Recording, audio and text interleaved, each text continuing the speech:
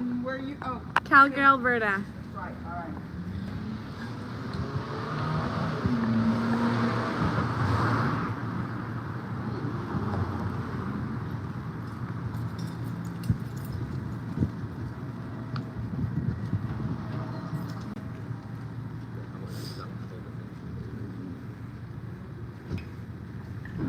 Hang on, peeps. Fireworks. Darn it! I forgot this.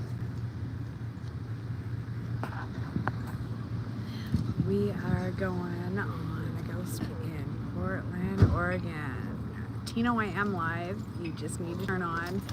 Okay, so who has done any sort of haunted walking ghost tour anywhere else ever? Yeah. Where have you been?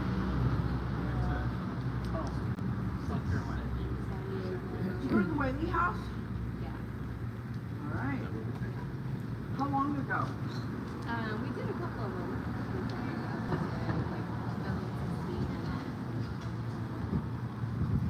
Oh, I did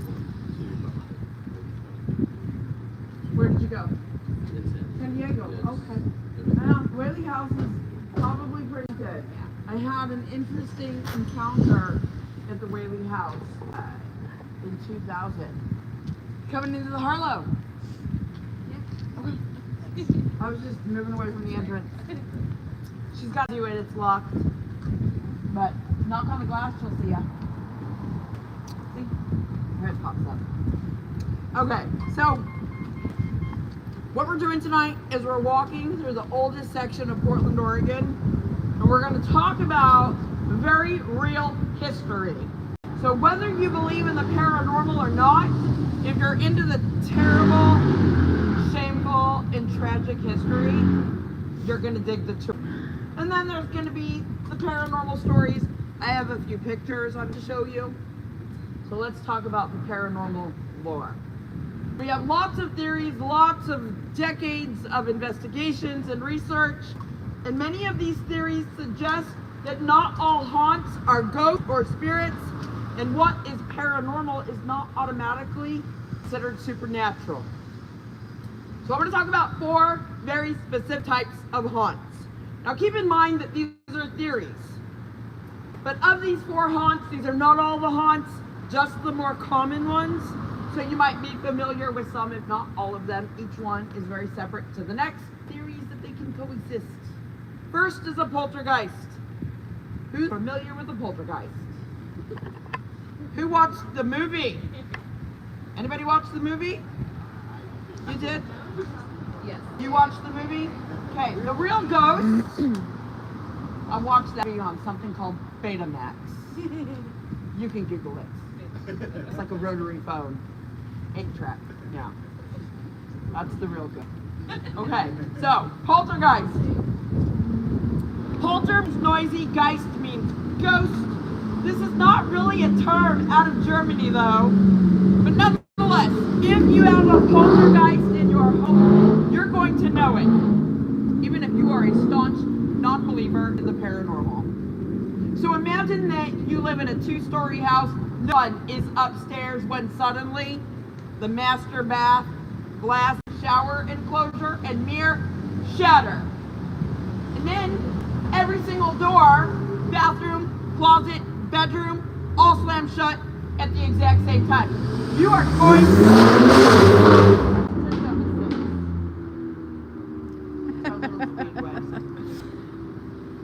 We had a car flip right here not that long ago. Ooh. It was a one woman catastrophe. She flipped her car. Yeah. Oh gosh. She was all right. She was drunk. She was just drunk and walk away unscathed. All right. Lots of noise competition for me, so I got to pick my battles.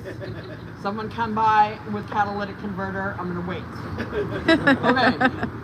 Poltergeist. Okay. So imagine you have a dining room. No one's in it.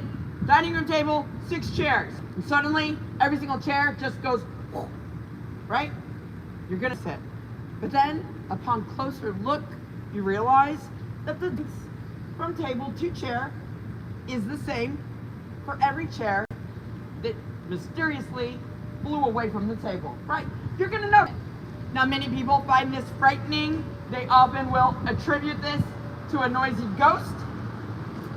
But a poltergeist happens to be the most common of all the paranormal events, making it the most investigated. And it has been concluded, time and time again, they do not believe a poltergeist is any kind of ghost at all. It is believed to be the uncontrolled, erratic, chaotic, psychotic, but for sure psychic energy of pubescent teenagers. Huh. You are always going to have a teenager in the home of poltergeist activity. Most often it tends to revolve around feminine pubescent energy. There you go. I got siblings. I too. would agree with that, guys. What's that? Oh, I just said I would agree with that too. Yeah, I would totally agree with And if that. you have more than one teenager in the home, you're going to be extra polter. And when you meet people who share stories of living in a haunted house, ask them how old they were. You're going to hear between ages 12 and 15 more often than not. So a poltergeist said not to be any kind of ghost. Next haunt that is also said not to be a ghost is known as a residual haunt. This is an energy imprint that is left after a tragic, and terrible encounter. It will leave a scene. Yes. It plays over. Exactly the same. No matter who witnesses it. Same time, same event, same place. Mm-hmm. Now, while this is sometimes called a death echo, death is not necessary for a residual to be. Has anybody been to the Hollywood Theater? Old historical theater. If you're in town over the weekend, you should check it out. If you're looking for a night movie in a said to be haunted 26 or 1927, I think 27. It's not on the tour. It is open late for movies. It has a very gothic aesthetic, said to be haunted. But one of the most prevalent haunts, they say in the 1950s, a young girl was waiting for her boyfriend. Movie played, he wasn't there. She grew nervous. She took to the balcony where she began to pace and chain smoke cigarettes. Close to closing time, she was told that her boyfriend lost his life in a terrible car accident. This young lady left that theater, went on to live well into her elderly years. But in that moment, she was so traumatized, so upset, that she left an energy of herself, an imprint, a residual. And it starts with people smelling her cigarette smoke. They have no idea that this was a real that occurred. They look up just in time to see an ethereal image of a woman quickly dissipate right in front of their eyes. They think they saw that this is considered to be a residual, an imprint of energy.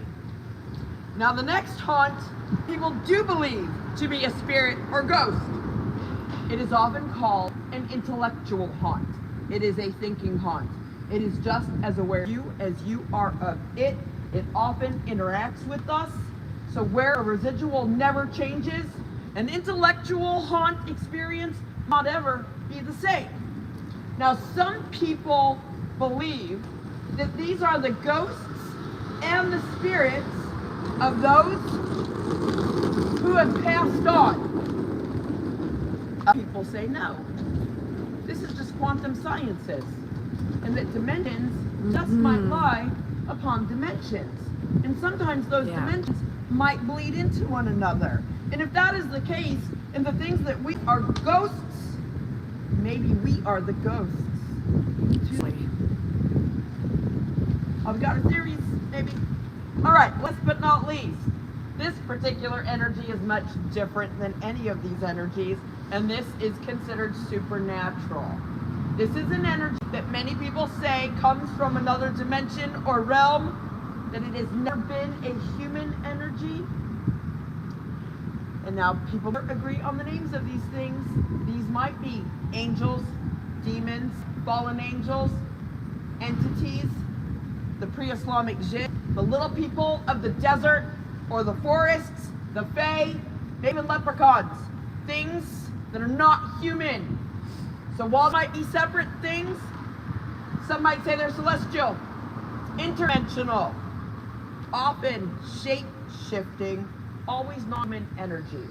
And the ones you might want to be wary of, although I can assure you that some people cohort with them on purpose, well, they bring odors like sulfur, vomit, rotten egg, and excrement.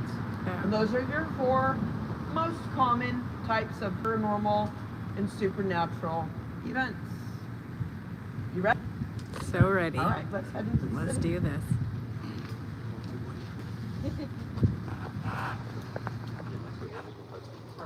gonna be a cool walk, you guys. Come along with me. I'm in Portland, Oregon.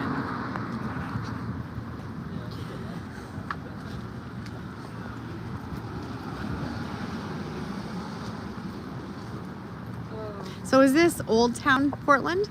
So we are right on the verge of the Pearl District. Oh, okay. We're going to enter an area that is often referred to as Old Town. Other people call it Chinatown, but the Chinatown district that we're going to enter is not the real Chinatown. The real Chinatown is where we're going to end the evening. Nice. Chinatown in Japantown. And this was once part of Japantown. So let me tell you, because that is definitely one of those tragic type histories. So the real Chinatown is over on the other side of Burnside. In 1882, much of the railways had been constructed. A lot of locals across the U.S. said that the Chinese were now going to steal their jobs. So they enacted a nationwide Chinese Exclusion Act. The Chinese Exclusion Act of 1882. We had more than a decade where the Chinese were not allowed to come into this country. They also pushed them out of their domain, their Chinatowns. Now Japantown is where the Chinatown sits today. That's where we're gonna head into. We had a modern and flourishing Japantown. The Harlow Hotel was a Japanese-owned hotel until Pearl Harbor happened. Oh.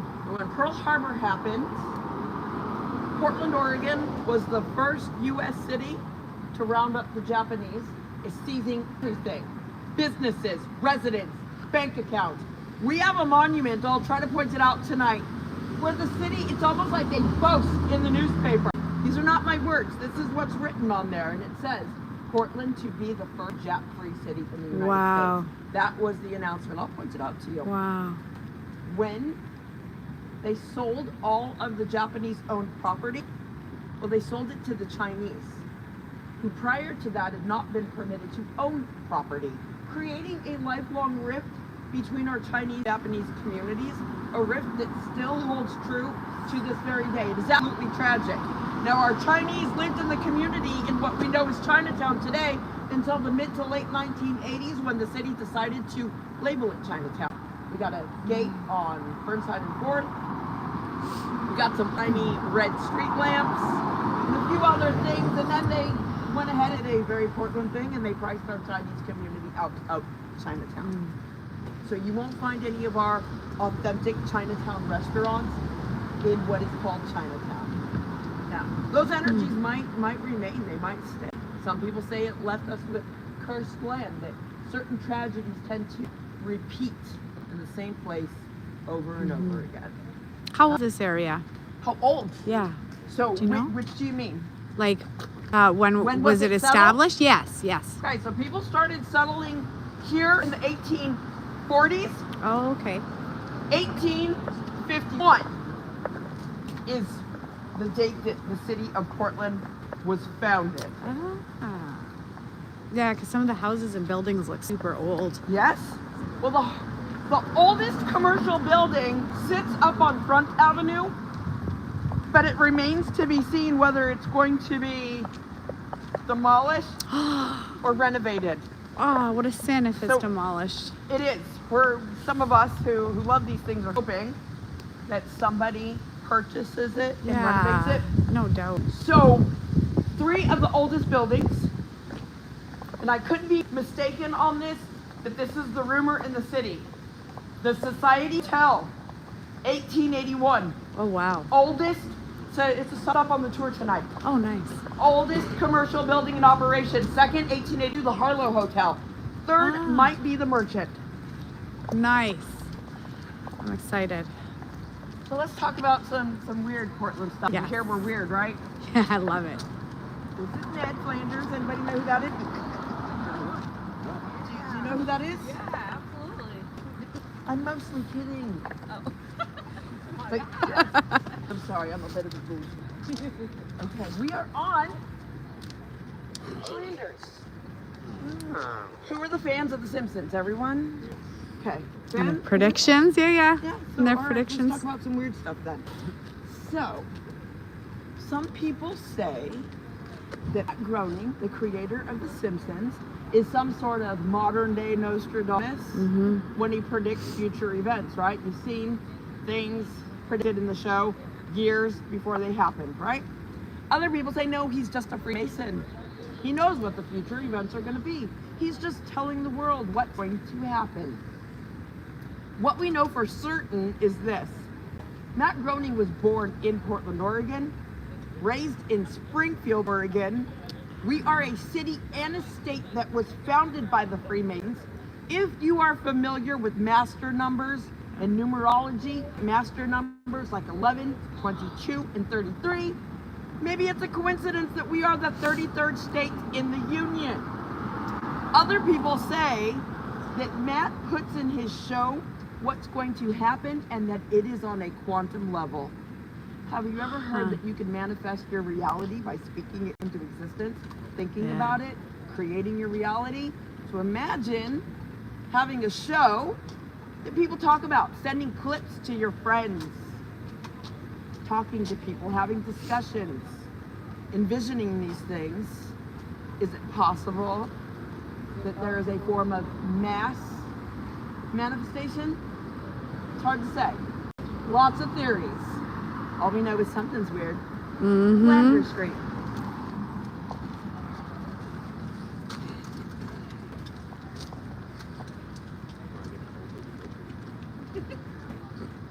We have a few Flanders out in the city right now.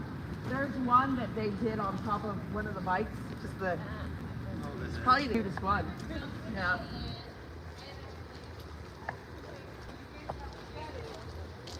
Perfect night for this. Oh my goodness, it's so beautiful. My 5 p.m. and 8 p.m. tour, it was a little warm. Yeah. It was a little warm. I bet. Yeah. Welcome to Portland. Oh dear. Good evening. How are you tonight? Good to see you. I may have blushed. Just a little.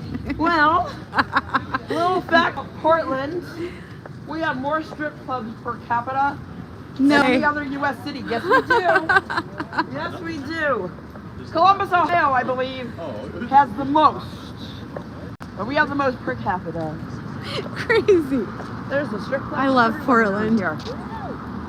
It's beautiful. So I can get my shit together. I'm going to get the whole strip club tour ready. Ooh, there you go. That's good. Good, you're good. No, we say you good. Well, all right.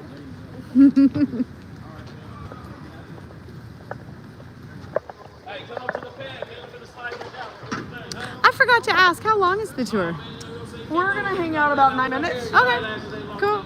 Is that cool with everyone? About 9 minutes? Yeah, so cool. I got my EMF detector, friendzo. I need that sucker. You're going to see that really Yeah, but mine's going off like nuts. It's not. It wasn't near my phone or anything, so I don't know if I need to like turn it off and turn it on. So this could again. be power watch. Don't trip on that lighter. This could be electricity around us. Yeah. But you're going to see it respond specifically to a couple different stories tonight. Okay. It's going to respond when I mention names, dates, and events. Oh, cool.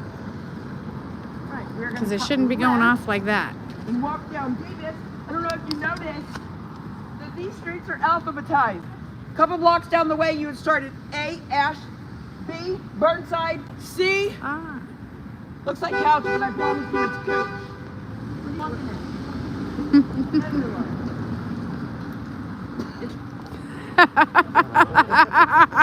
Captain Cooch gave us the alphabetized street. D, where we are in Davis, Everett, F, Flanders, whose sister was married to Captain Cooch. G. Gleason, Quimby, a couple blocks up the way. Remember the mayor? You know the mayor. Not a coincidence. Watch your step. At the same time.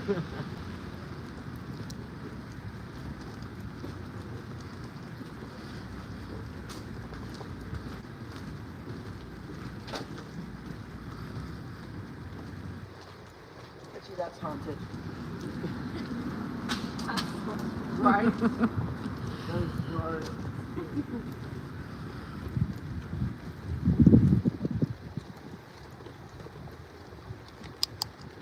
Let's see. Oh, there we go. Reset. Oh, there we go. See, and when I get close, it should be going off when it gets close to electronics, but it should stop. Okay, maybe now it's working. Okay, that's working now. It shouldn't be going off like crazy unless I bring it up to my device.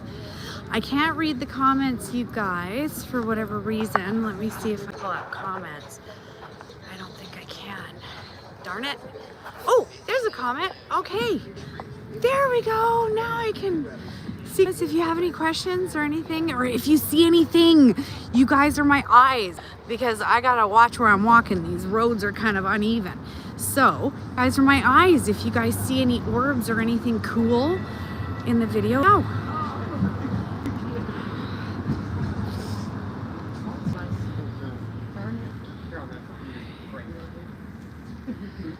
I usually play classical music, but the speaker's dead. It's like all the ghosts. I've got verbal jokes, I promise you. My sister calls them BJs. Bad jokes. She says I shouldn't BJ all over the place.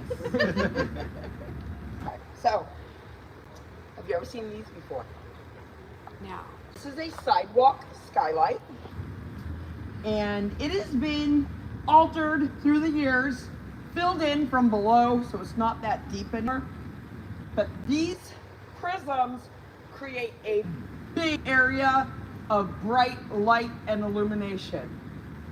Now, a lot of people think this is amethyst. It is not. When they originally manufactured it, it was more of an opaque color, kind of like this one or this. But it was manufactured with manganese dioxide.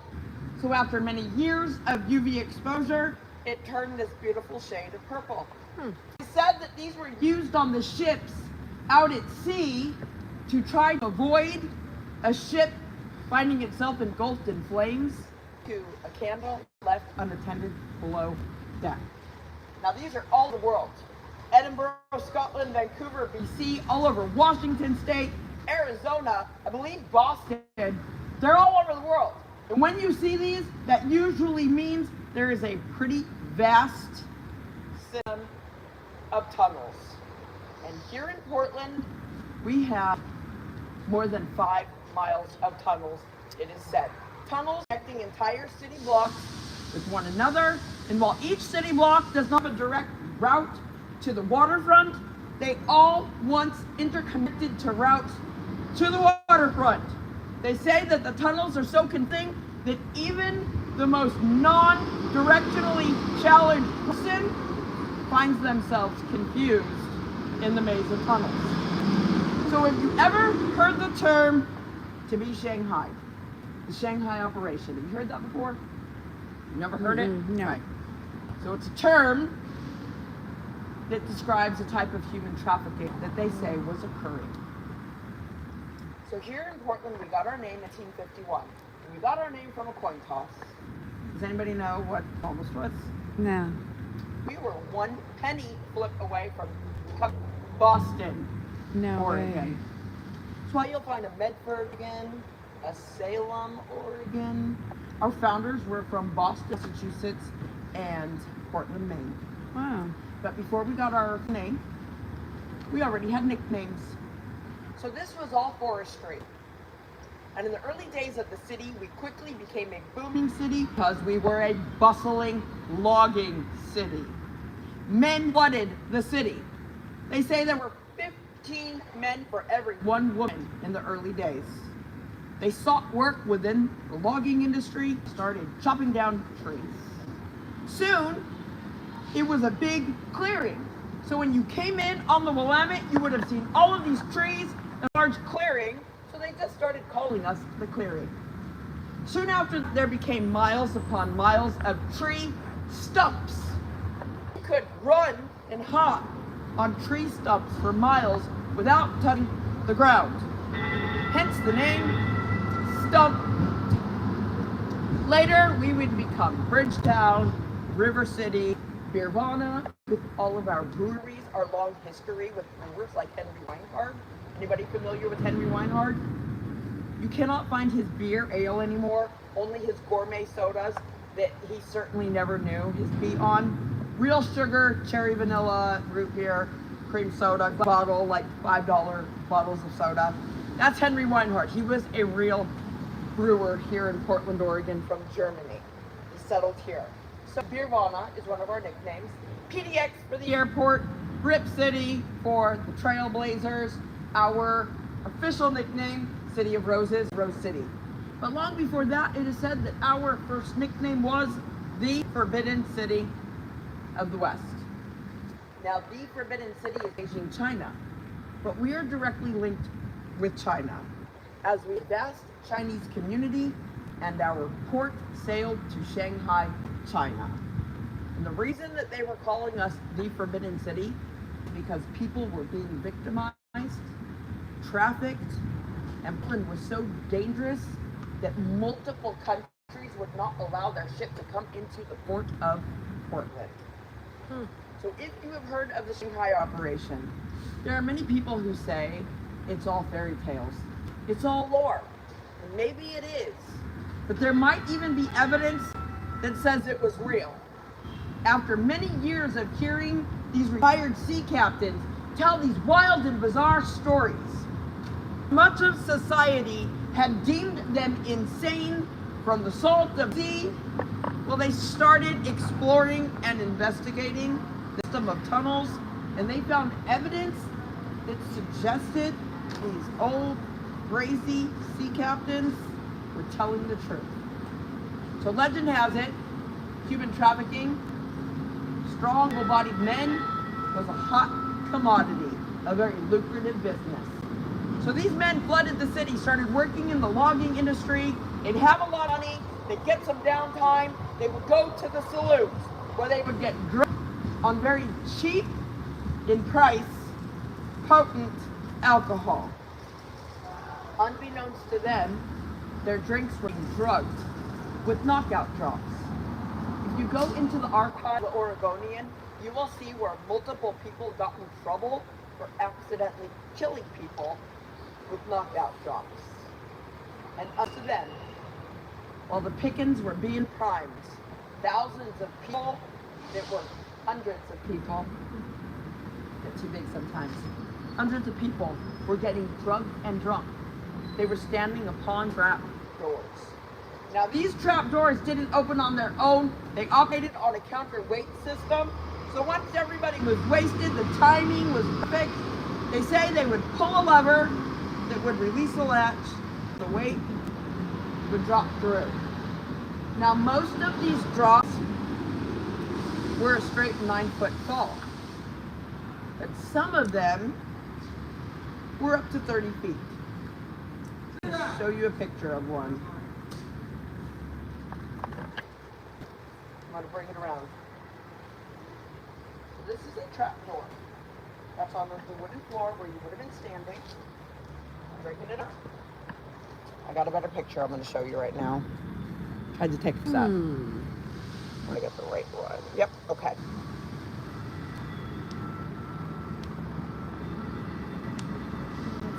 Thank you. Oh. They might have gone to Spirit Halloween. It's hard to say. Oh, crazy. Probably There's a debatable. skeleton in there. There is a skeleton down there. Oh, crazy. But this is a good 30-foot drop.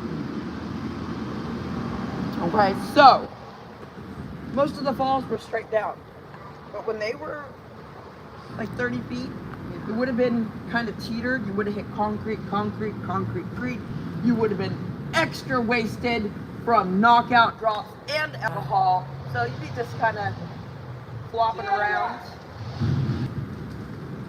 And then those victims were fortunate enough to land on a stack of no longer suitable for use mattresses that they took out of the bordellos, the brothels, the houses of prostitution. They were described as disgusting. Now, once those men fell through, they had to sell them. But either way, they were dead men. They called it a dead fall, which is a logging term. But in this instance, they say that it was literal. So they sold men to the captains of the sea on what was called a mariner's tract. These men sold for $50 US, with roughly the equivalent of 16 to 1800 US dollars. And keep in mind, the captains might buy 10, 20, 30 men, because that's who crewed the ships. Now, the contract was human trafficking, labeled as indentured servitude, promising those who were bound by contract freedom and payment in full when they completed their contract. A contract that might run 5 years, 6 years, 8 years. It was sailing from Portland to Shanghai to Portland to Shanghai to Portland.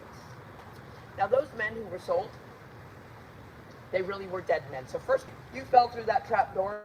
If you took an injury or you weren't strong, you were damaged goods. You were left to die.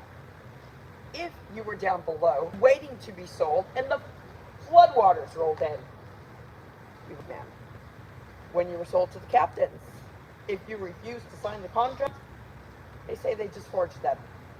Those who outright refused to work, well, they made examples out of them by throwing them into the waters. Usually the Valletta could be out in the middle of the ocean. They say those who sailed often died of disease, starvation, injuries, their own hands, of others. And those who sailed until they were busted up, maybe even approaching the time of freedom, okay? Well, they say that cannibalism was rampant. And those were the first men that they ate. It is estimated from around 1870 to about 1895, anywhere from 1 to 1,000 men per year disappeared out of Portland, never to be seen again. Maybe they were damaged goods left to die. Maybe they drowned by the floodwaters. They were sold onto a ship, never to return. And that number does not include the women or the children, which were also openly trafficked here in Portland, Oregon. So when you think about things, think about the types of nefarious energies it takes to victimize people. And not to say that these loggers out here were any types, but it doesn't mean that they weren't victims too. Victims of human trafficking and who knows what other terrible atrocities.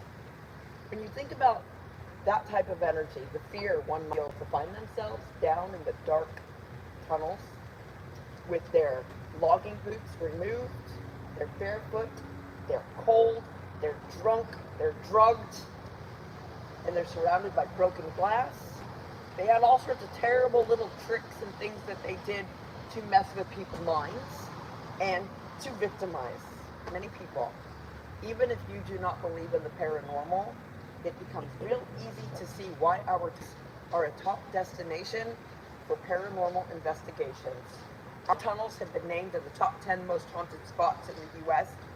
time and time again, but many people argue that our tunnels are in the top haunted locations across the globe.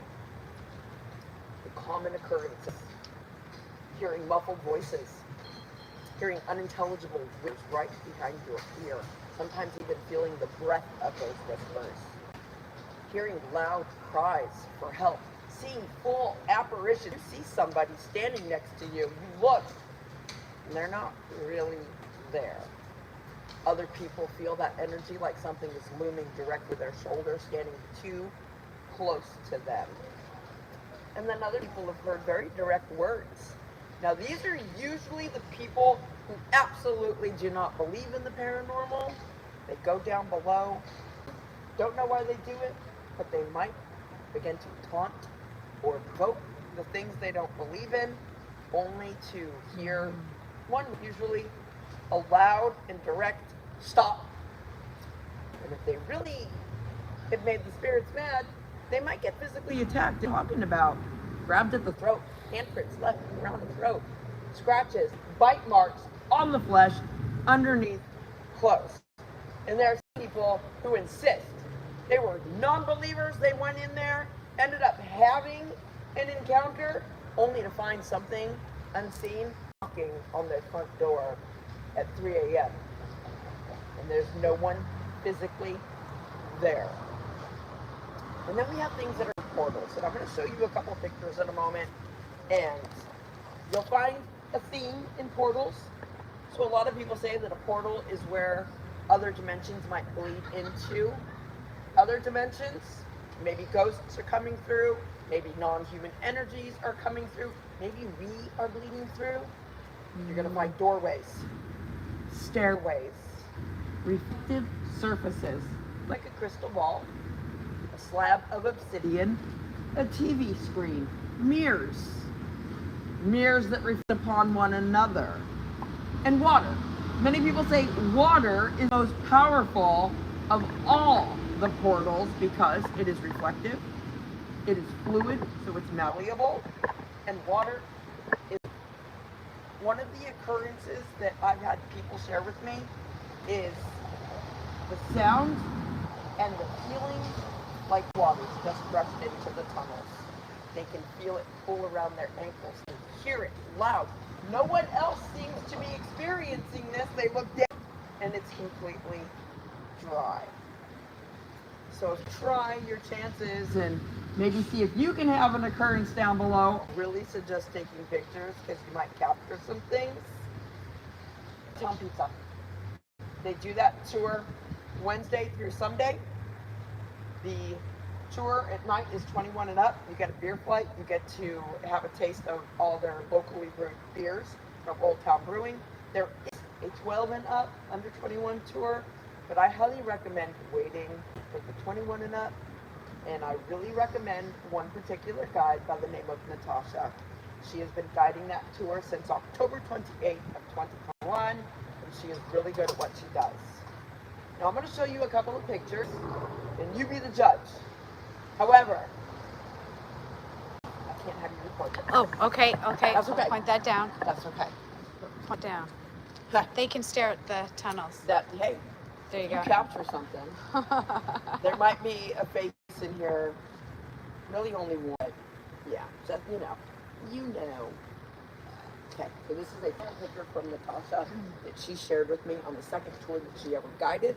And it was the first tours that operated after the original curator, Michael P. Jones, had passed away in 2020. She had a husband and wife celebrating their wedding anniversary. The husband was recording video, pictures the entire time. When he says a piece of iron just appeared out of nowhere, he saw it out of his peripheral, whacked his wife in the brow, gashed her, blood. We're talking like 13 stitches on her face. Whoa. Whilst receiving stitches, he went through the pictures that he got. Now we her blooded face out. I'll bring it all the way around. Oh man, it looks really cool right now. You see that? Oh, wow. Yeah, totally. Yeah. Weird, right? Yeah. For sure. I'm on here. You see it? So look, she was here, blooded face here. Husband was here. Oh, That's crazy. I promise you these are not altered. I promise you. I'm not trying to bring anything home. Like, I believe in these things. I go through like 80 pounds of Dead Sea salt a month, I believe these things, and that's expensive. I'm covered in Dead Sea salt. I'm not playing. So that showed up. It's wild, right? Crazy. Okay, so this was taken October of 2021. This next picture was taken about 2 months ago by a friend of mine that works at our stop. Another haunted spot, the Society Hotel. So here we have pretending they're not. Now to understand where this mirror is, come down that stairway. There's an open passageway. and a It's wall incense. with this mirror, right? Okay. Oh, crazy. Oh, yeah. That is directly on the other side of those stairs. Wow, that's cool. Did she also catch the orb right there? Right. Yeah, she pointed that out. We were so focused on that really big face. Face, yeah. Looks like a little face. But she can go heads. Little face. That's See that? crazy. That's terrible. I saved the terrifying one for last. Okay. Okay. So this one is a little different. This is in another stairway at a place called Bishop's House. Bishop's House was owned by the Catholic Diocese for many years. I recently discovered that it spent time as a brothel. This particular picture was taken, I took it in October of 2022. So I had a guest, and I was sharing with her that we had had a handful of repeated encounters where my guests, all women, came face to face with a woman at the bottom of the stairway. No one else experienced this, just them, maybe 4 or 5 different women. So I tell her that. She's like, well, let's look through our cameras, right? Both have our cameras open. We both began to see something move on the stairs. I like to say it was crawling. I don't know if it was really crawling, but it was hovering, it was moving on the stairs. We both tried to record audio or video. All of my video had no audio and no picture. Her video kept turning off. So we both took a bunch of still shots. The whole time we could see this. And this only up in one picture. Oh, wow. Oh, crazy. Wow. So look at the imagery and tell me if you see anything. Anything you can To me, it looks like a little girl. get that a lot. I don't know. Especially from about that distance. People see a little girl. Yeah. Or a woman sometimes. Yeah. Almost like a profile silhouette and she's looking back. I don't see that. You see that? Yeah, I I have get thousands oh, of I people see that. too Did you now. see that? Yeah, Okay. pigtails or something. When you say that. Yeah. Yeah. People, I don't see that. I see something else, and I'm gonna tell you what I see. A lot of people see an owl, which can be a depiction of death.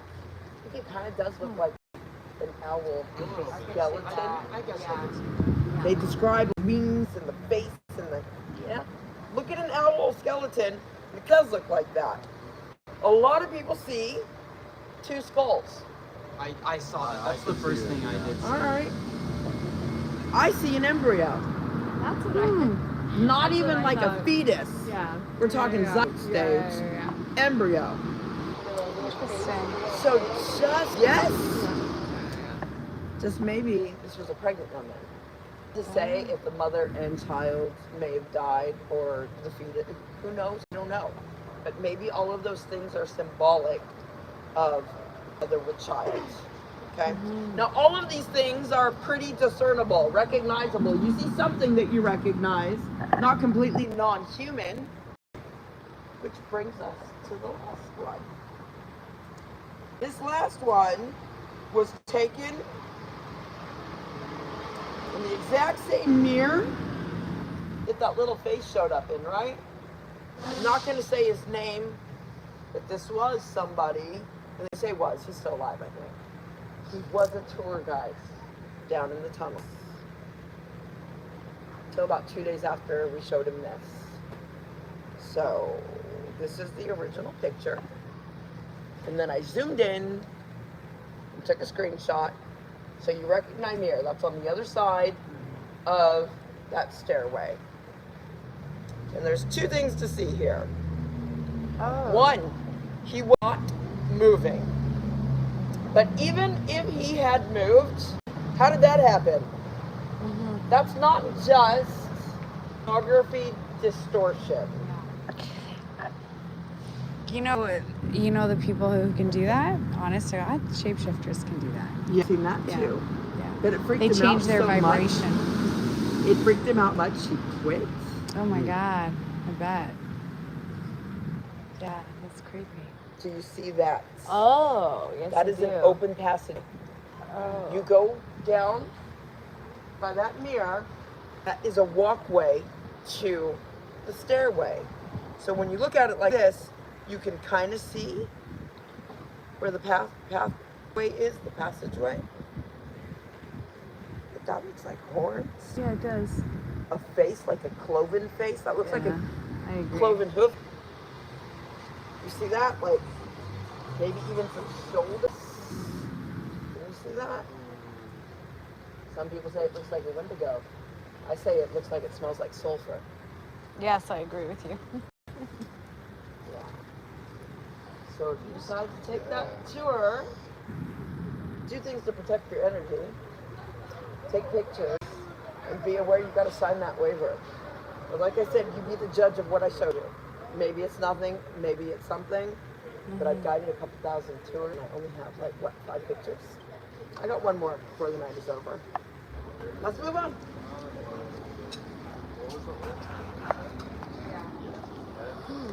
Interesting, you guys. Interesting.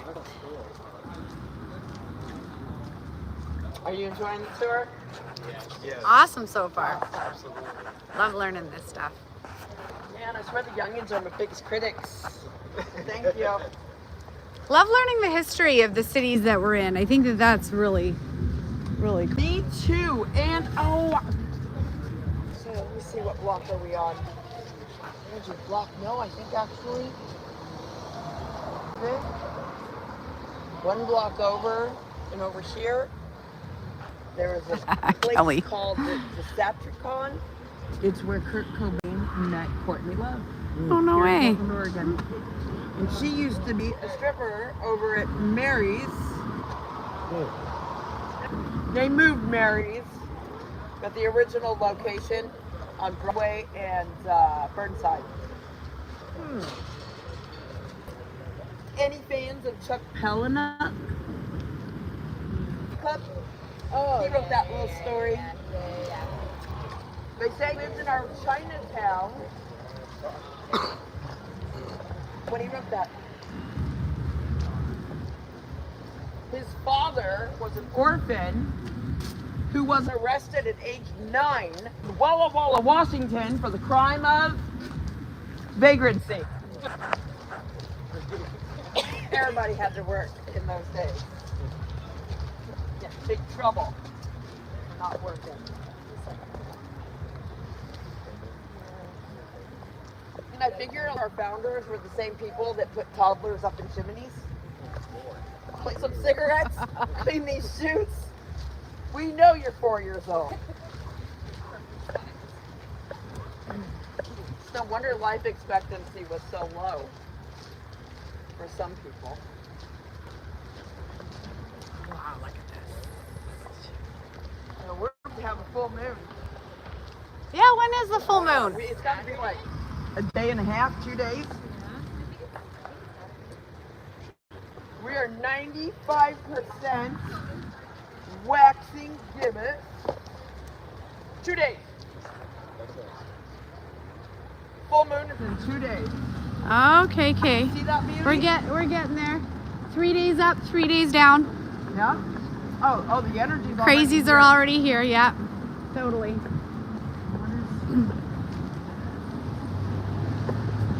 I got some people asking about the energy of alcohol in old bars. But alcohol means spirits, literally. Yes. Means it spirits. does. Okay, So- so we had a huge anti-alcohol movement here. Oh, Which really? we are going to talk about when we get to the Ericson Saloon. There's going to be a big focus on alcohol, Yeah. using it to traffic people, Ah. and that is Society, Oldtown Pizza, and the Ericson. But I Okay. would say that many of the bars are old saloons.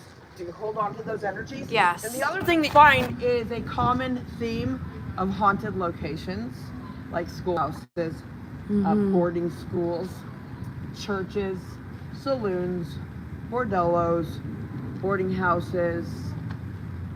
Did I say churches? That's Yep. a long list. Banks.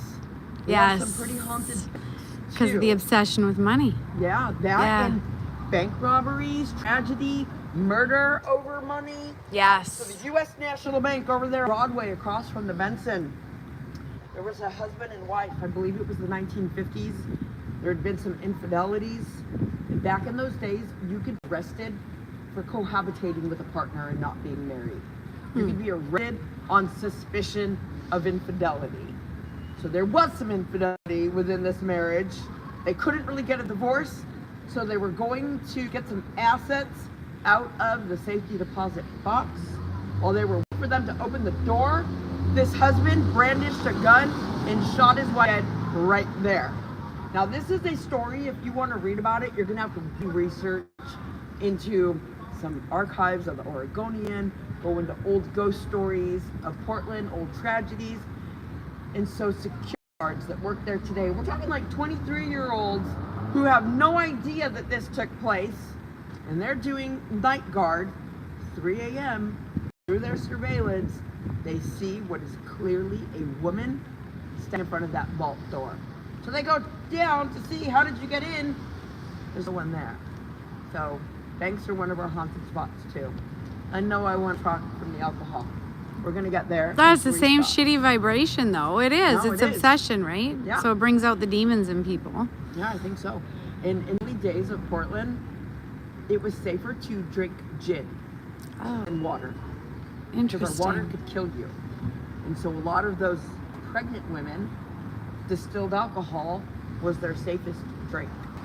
Because it was distilled, didn't have the bacteria and who knows what in the water. Which interesting is that here we are in 2024, and if you're watching anything current times, people are dying from the water right now. And I want to say, locally, we just got a warning about some algae that's killing people. You know what I'm Oh, talking about? crazy. Stay away from the water. All right. So, the society. I'll tell you about this place now. This is one of our beautiful, locally owned hotels, owned by a lovely woman by the name of Jessie Burke. Now, this hotel was established in 1881. Some say it might be the oldest operating commercial building in the city. It is for sure one of our beautiful classical Victorian Italian cast iron structures, which is a type of architecture that we are famous for. We're second in the nation. Soho, New York, number 1. Portland, Oregon, number 2. When it was established in 1881, the second, third, and fourth floor was the entire hotel. In 1891, they lifted the structure and built the ground floor that you see today. So if you look on the second floor, do you see what looks like a doorway in the middle? Yep. That used to be at street level. The main entrance was up in the front right here on 3rd, Interesting. but it is obscured by a beautiful female ginseng tree. All right, so today, this is mixed lodging. Ground floor is a hostel. Second, third, and fourth floor, private hotel rooms. 38 rooms in total. Each floor has 4 communal bathrooms. 12 of the 38 rooms have private bathrooms. So mixed lodging, very European. Now originally, in 1881, this was called the Mariners Hotel. Remember we talked about the Mariners contract? Well, this was the safe haven. This is the single only hotel that operated during the height of the Shanghai operation, where no one was ever shanghaied inside because the owner despised alcohol, opium, human trafficking, sex trafficking. This was strictly a boarding house with no ghost rats. That's why it's so little and cute. There's a rat. I just saw a rat. There's a rat, an actual rat. I gotta see that thing. We don't get those in Canada. Sorry. No, we don't have rats. Look, you guys, look. Oh, my Canadian friends love that. Okay, guys, sorry. My ADD. No, we don't have rats. We don't have those. Sorry, guys. Reported. Yeah. And Yeah. We don't have rats. That's exciting. Sorry. No, now I get it. I didn't know that. We don't have rats. New almost every day. All right. So, no trapdoors, no basement, no connection to the tunnels surrounding this hotel. And while it opened in 1881, 3 years later, in 1884, the Merchant Hotel, where Oldtown Pizza is, opened, and they have all of the debauchery. So we can maybe guess people roomed here, went across the street for the prostitution, the opium, the alcohol, and still ended up on the wrong side of a trap door. But it is still rumored that the Society Hotel is haunted. It is said that at one point, this was a woman-owned brothel, and that when the madam died, they had her embalmed, placing her in an open casket, still surrounded by a big display of fresh roses, because they set her in the front window. The front window. The side window was not there at the time, so the front window, and they put her on display for an entire week. But the truth is, she was never a madam. The truth of what she and who she was might have gotten her killed in the city. It was safer for her to say she ran a house of prostitution, because the truth is she was Romani. Society would have called her a gypsy. She was a reader of palms, reader of tarot. She was telling fortunes. Now the women who lived in this place with her may have long physically passed on, but they say that they are very much still alive, or at least active to this very day. There's a story of a night audit who left the lobby to go do some checks. This person saw the lights fluctuating out of the corner of their eye. When they returned to the lobby, they found all of the lights turned off. So they went and they looked at the surveillance. And the surveillance saw the lights fluctuating, getting bright, low, bright, low, bright, low, and then turning off. But it also showed the control panel. And no one was physically standing there moving it like that. Sometimes in the office that is up behind the stairs to the office, it'll suddenly sound like someone was pushed down the stairs. There's no one up there. We have seen cups get tossed out of the espresso machine. So we're talking demi-tasse and cappuccino cups just getting chucked into the middle of the room. And again, this is all captured on surveillance. At a can 2 summers ago, can of a local beer just suddenly explode, but it didn't really look like it exploded when we looked at the surveillance.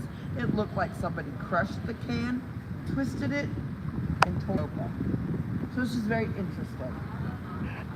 But then we had the time period when this was one of the annexed tuberculosis hospitals. Top floor, one might say, was the death ward. Now this place was equipped with a TV box. Are you familiar with TV and TV boxes? They thought that the cure was fresh air. Sunlight, not so much sunlight here, but fresh air. So they would wheel these patients outside for fresh air therapies, but also when death was imminent, as they had entered the death rattle. And so the theory, like a window to release the spirit, well, they just set them outside. Now, when those patients took their final breath, they were not allowed to bring them out into the city. Tuberculosis was very communicable, so they had to deal with those remains in-house. A lot of our hotels, boarding houses, rooming houses, were all equipped with crematoriums. And being that this was an annexed hospital, so were they. So when those patients passed, they would wheel them over a few feet. That is the top of a chute. So they would have placed the dead and gently lowered them. And that's still in the hotel. Still in there. Oh, Yeah. no way. Oh, that's kind of cool. So it's not a laundry chute. This is for the dead. And then they would lower them down about 2 floors to the crematorium. We are not certain that the crematorium is still there, but the smokestacks still are. There's a way that you Wow. can get a glimpse of them. And they used the crematorium. So you can show this. Yeah, It's that's just- okay. Yeah. This is the side of the society. There's no faces or anything personal Yeah. in this, right? Okay. Okay, so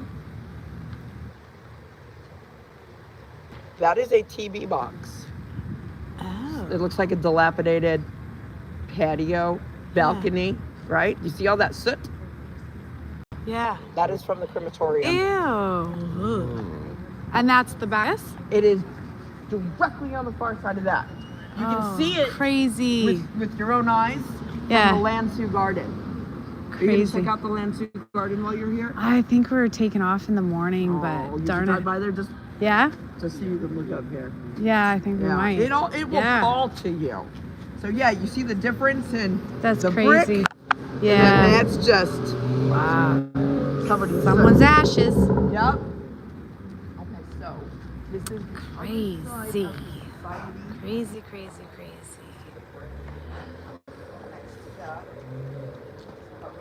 Thanks for watching, you guys.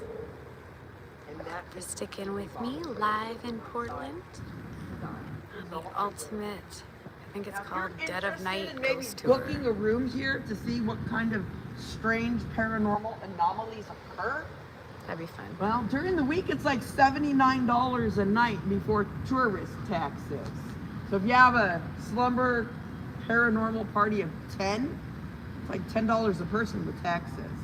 But if you do not want to commit to an overnight stay, well, fret not. Just come into the cafe. Order a couple of drinks that are not on their regular menu, like Rosemary's Baby. They use a simple syrup that they make with real sprigs of rosemary. It's a refreshing alcoholic beverage. But they also do a brown sugar cinnamon bourbon espresso martini that people tend to really love. And if you order any of those drinks, they're gonna know that you took my tour. So ask for access to the rooftop lounge. Oh. And when you get up there, sit by that tree in the corner. You will be directly above the old TB box. Okay. People tend to experience a feeling of electrical fuzz around their ankles, around their calves, sometimes almost even feeling like it's touching you. Some people will suddenly find it hard to breathe within their chest cavity. And this is something I witnessed before I knew the history of the tuberculosis hospital in there. Other people feel their feet being anchored to the ground, often describing it like a bad dream. You're trying to run away and your feet weigh 1,000,000 pounds and they are so slow and anchored and heavy. Kind of like that. And other people feel like a rumble. It's really hard to describe or explain. I've only witnessed it. And some people are convinced that people have gone up there after they find out the history and have opened portals, messed with Ouija boards, calling on spirits, and then not closing those portals. So if you're sensitive, you might feel that type of energy. Those who are tend to really feel an overwhelming sensation up there. But it's still a good place to check out. And when you leave the rooftop lounge, which is beautiful up there, don't take the elevator. Take the stairs. And when you enter the stairs, you're gonna see the first chute. Now on that first staircase, you'll see that it's like a decade old. When you get to the 4th floor, you are on the floor from 1881. The exact floor where we know many patients walked in and never walked out. And I know how cliche that sounds, but that's the reality. And that's where people tend to really feel things. And when you walk through, you're gonna find all sorts of old newspaper that are on display. They were found completely preserved when they moved into the hotel because there was an entire floor intact from when the people who lived there abandoned it nearly 50 years prior. Really interesting stuff in there. Check it out. Jesse's place here at the Society. Yep. All right, let's move on.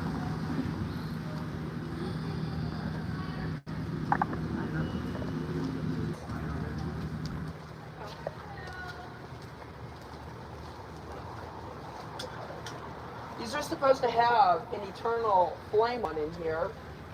All 4 of these are monuments in remembrance of our Chinese and Japanese citizens. Can you read it? I have a picture if you can't focus in on it, so you can see what that is. That is the notice that they placed in the city. Do you see the one behind? Yeah. Can you read it? Mm-hmm.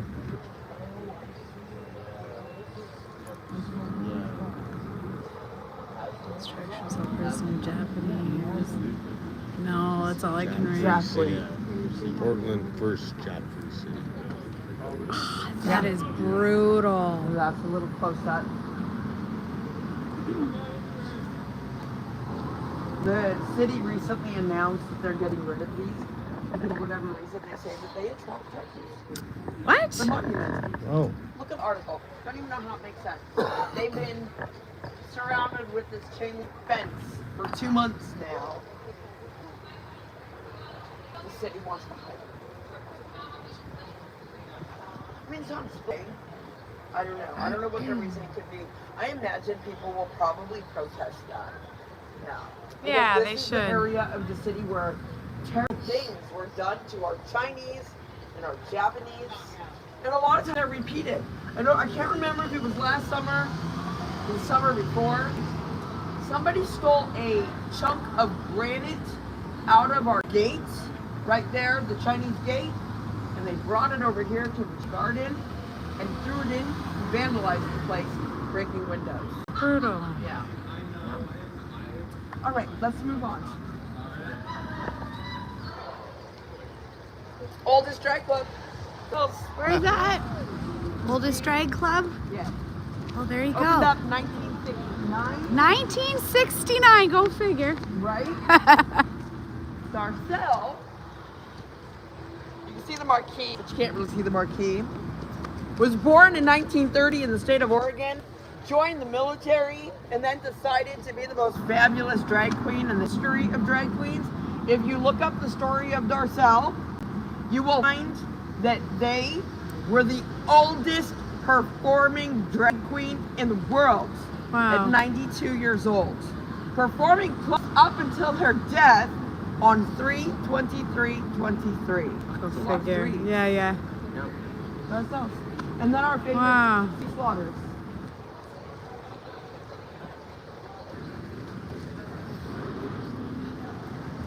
You got me on the 3rd tour of the night. My voice is going. Sounds smoky and sensual. So this What are we here looking at here? is Oldtown Pizza. Okay. With also the numbers of my birthday. But if you look here,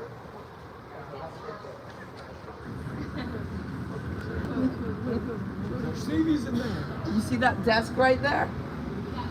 That desk where you order pizza is the original desk when the hotel opened and people checked into the hotel. It's there. So let's go talk about our most famous ghost over here.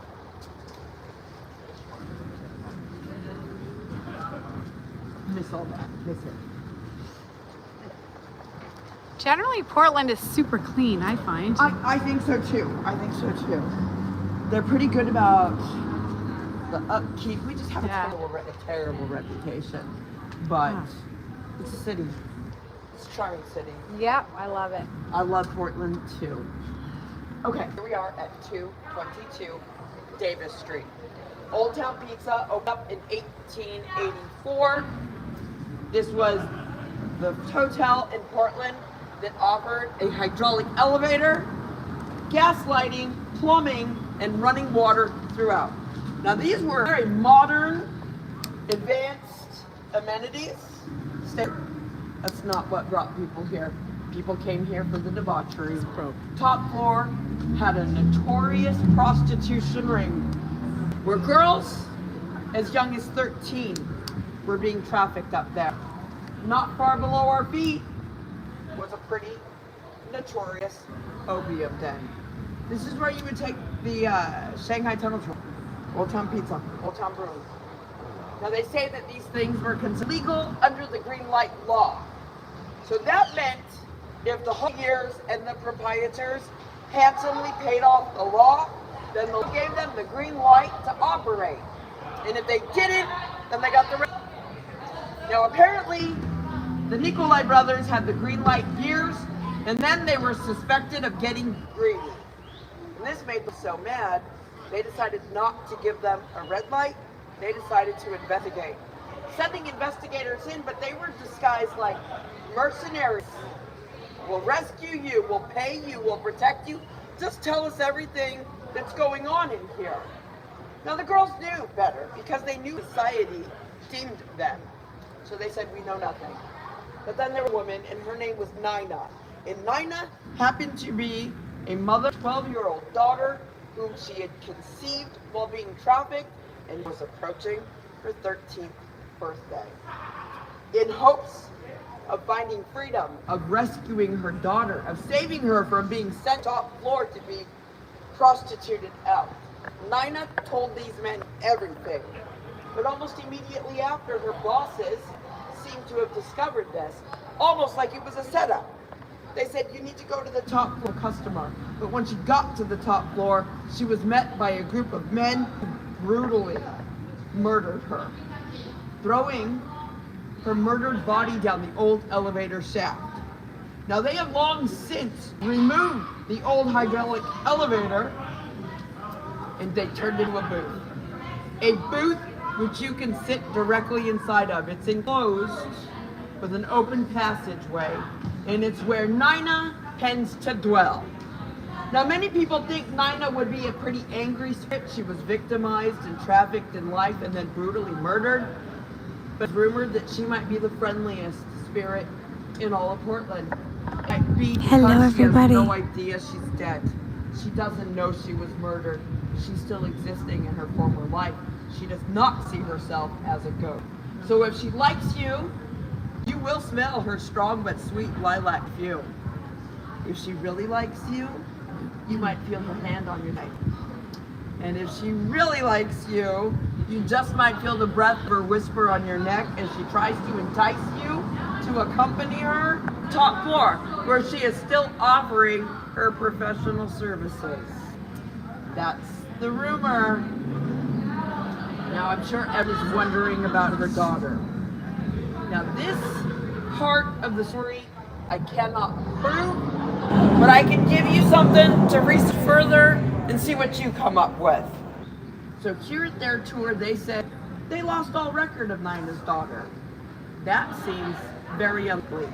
As our founders were Freemasons, the record keeping was impeccable. They then go on to share a story that sounds extremely unlikely, but we know that part of this is documented. Something happened. They say that there was a sea captain, and keep in mind they sailed for years, his own personal concubine, placing her in a box, setting her in the basement for 10 to 11 years before she passed away. Now that's unlikely because a sea captain who has a personal concubine is going to take her, not leave her. So possibly that's what happened to Nina's daughter. And she may have served as a warning to other girls that if you ever tell the law or anyone what we are doing again, you'll be lucky if you're brutally murdered, because there's some things that are far worse.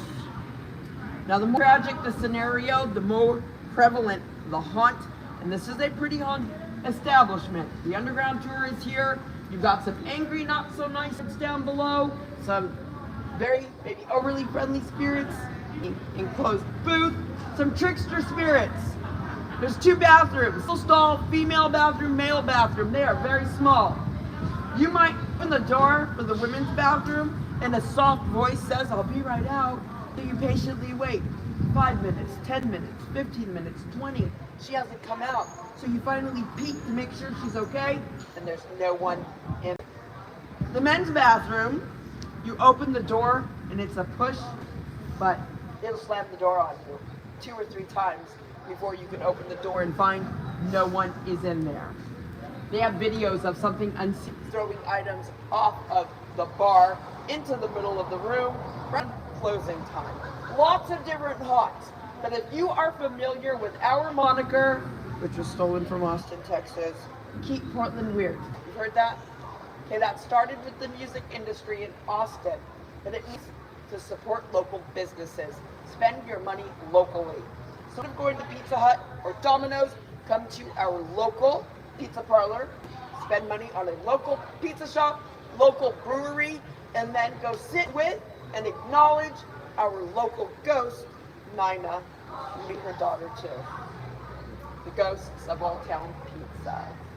1970s, mid-80s, Willem Dafoe was here quite often. That's my kind of weird. No, you weren't. Yeah, we were. When? Just earlier this afternoon. How random is that? Or something it is? Or Oh, the picture of him holding the two oranges. Do you remember an old 90s movie, Willem Dafoe with Madonna, called Body of Evidence? Yeah, It's not a very good movie. You remember it? yeah, I do. You know that they filmed that here in Portland, Oh, no way. and much of it was filmed in Pittock Mansion. And what was it that I mentioned earlier that you were just taught? You said, do you remember? Oh God, Frenzo, what was it? We were just talking about it in the car before I stepped out. I have a crap memory. So I talked to my 30-year-old daughter the other day, yesterday, and I mentioned a girl that she went to school with in 2006. So I put her up on Facebook, and she's like, man, she hasn't been on Facebook in like 9 years. And I said, no, sometimes I wonder about her. She was a young girl with red hair, and I referred to her dad in my phone. I didn't know his name, so he was listed as Jeff had dad.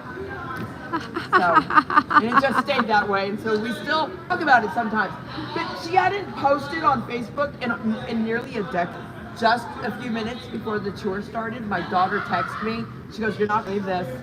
She just popped up on social media an hour ago. Posted a picture, first time in years, and we just mentioned her yesterday. What were we talking about? Literally, and then she mentioned it when we walked in.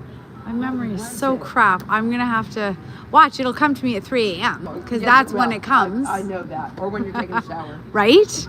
Yeah. You're like, damn. All It'll right, come. let's It'll move come. on.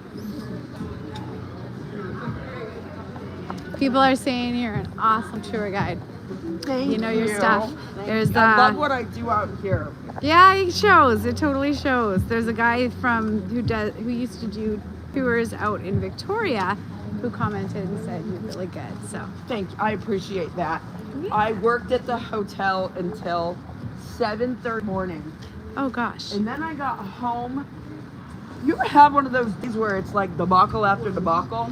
yep, And they were all little 100%. debacles, but it was non-stop. Does anybody have a cigarette? I don't have any cigarettes on me. My smoke is dragon's blood.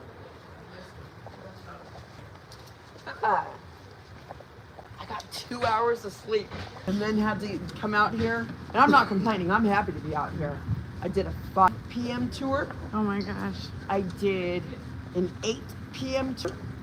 And tonight is my final 10:30 p.m. Oh tour. my god, how far do you walk with each one? Because it was like 30 degrees at yeah. 5 p.m. Yes. Oh, you're talking Celsius? Oh yeah, yeah. Yeah. So We're sorry. Fahrenheit around here. Canadian. That's right. And it was damn hot. It really was. It was. Yeah, it was I really didn't flipping quite hot. enjoy that. But I enjoyed guiding this tour, and I love new people. Yeah, you got a great job. For a while, I did it every single day. Oh I wow. was the only tour guide Keep you for in over a shape. year. Oh way. Yes. We're gonna cut right. Nice. I easily cover over 100 miles. Oh a my month. god. Yeah. I bet. I got strong legs. Yeah, I bet. Okay, wait. Okay. Do not step forward. Be Hey. careful. Do not step forward. By the way, this guy's busted. I'm not gonna step down. Step here. I want you to look at this. And now we'll talk about some alcohol. So, the earliest prohibition in the history of the United States was in the state of Oregon. They called it the unofficial prohibition in the United States. 1844. You're good. 1844. Didn't last long, but it set the stage for a notorious anti-alcohol movement known as the temperance movement. Now what's interesting about those who led the temperance movement is it was the most privileged women in the city. The wives of the men collecting the green light tax money for the saloons, the alcohol, the gambling, and the opium. So in 1920, when prohibition was in effect across the US, it had been enacted and enforced 1916 here in Portland, Oregon. Now August Ericson had a successful racket going on in this place. We're going to talk about that in a moment. But he quickly installed this prohibition gate because he wanted those women to think he wasn't serving alcohol. And those women were a tad bit upset that the anti-alcohol gate consisted of wine grapes. Can anybody see what is really in there? Can you see what it really is? It is very much a naked lady. Oh crap, it is. It took a hot sec. You even have the grapes. Yeah. City grapes. Oh, yeah. I like your dress. It's very pretty. Thank you. Why are you walking so fast, Because you want me trying to get old. Yeah, fully equipped. Chastity, crates, bosom, all of it. It's our naked lady, still here more than 100 years later. Crazy. Let's wrap around here and talk about Ericson. So bad.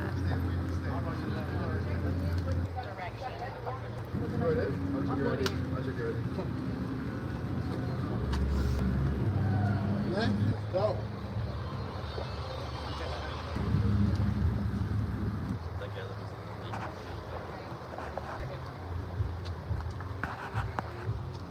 Touristing it up in Portland, Oregon. So we're gonna hang out about here. Right there to the left is a big picture of August Ericson. Now, many of our historians say that a lot of our early citizens of Portland that had big reputations, had a big notoriety, that notoriety was over-exaggerated. But with this guy, he was every bit of his reputation. August Ericson was a Finnish immigrant with a penchant for the drink and an absolutely genius businessman. He opened up the Ericson Saloon, where he catered to every class of society. We're talking from vagrant to politician, from criminal to lawmaker, and everyone in between. Everyone was coming into the Ericson Saloon. But naturally, politicians weren't going to sit with vagrants. The criminals were not going to be permitted to sit with the lawmakers. So there was a bunch of bars. They say at least a dozen separate bars. Two, which were world famous. One was 684 feet in length, where 300 men could easily stand and drink. They say that there were 30 bartenders on deck at all times. In that bar, which was almost the length of the entire city block, sat in a main saloon rumored to have had at least a dozen trapdoors. Now, if you're drinking that much alcohol, they say he served the biggest and best 10-cent German schooners in all of Portland. You might have to pee a lot. And if you walk away to use a bathroom, you might get distracted, not return, where they can utilize those trapdoors. And so, August Ericson thought of everything, and he installed, in length, 684 feet, a porcelain open trough pissing urinal at the foot of 300 men. So when you go to a bar, there's a footrest that looks like a pipe. It was a pipe.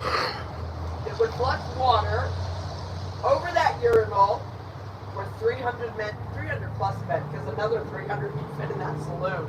And it would all flush out here onto the walkways that were not concrete, they were wooden planks. They say that the smell that came out of the Ericson Saloon was quite pungent.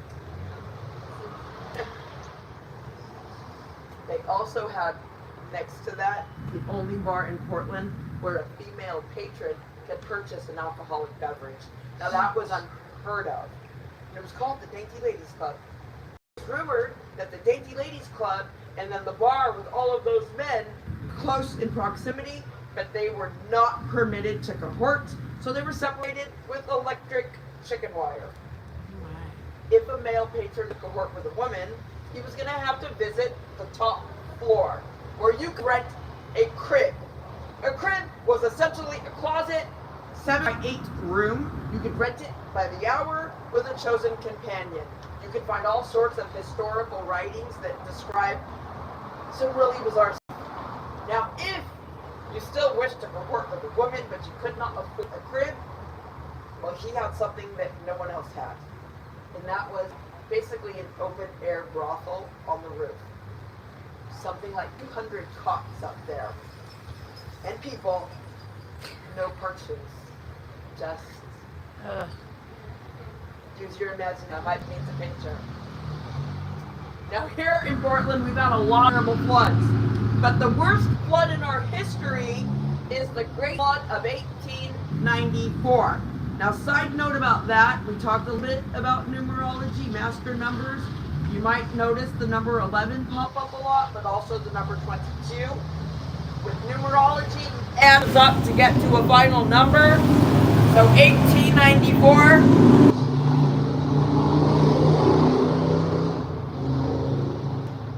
1 plus 8 is 9. Plus 9 is 18. Plus 4 is 22. The Great Flood of 1894. The floodwaters were more than 30 feet from the banks of the Willamette. We were about yay high underwater here. This was an overcast, rainy, flooded day. But August Ericson was a genius businessman. He decided he was not taking a night off. His alcohol would not go to waste due to the floodwaters, and his burlesque dancers would not get a night off. And so he brought a barge up to his saloon, a floating tabletop, and patrons floated up on anything that was buoyant to enjoy the alcohol, the dancing ladies, while the whole city was flooded. So historically speaking, we may have had the very first floating bar ever. But we're also a city of contradictions.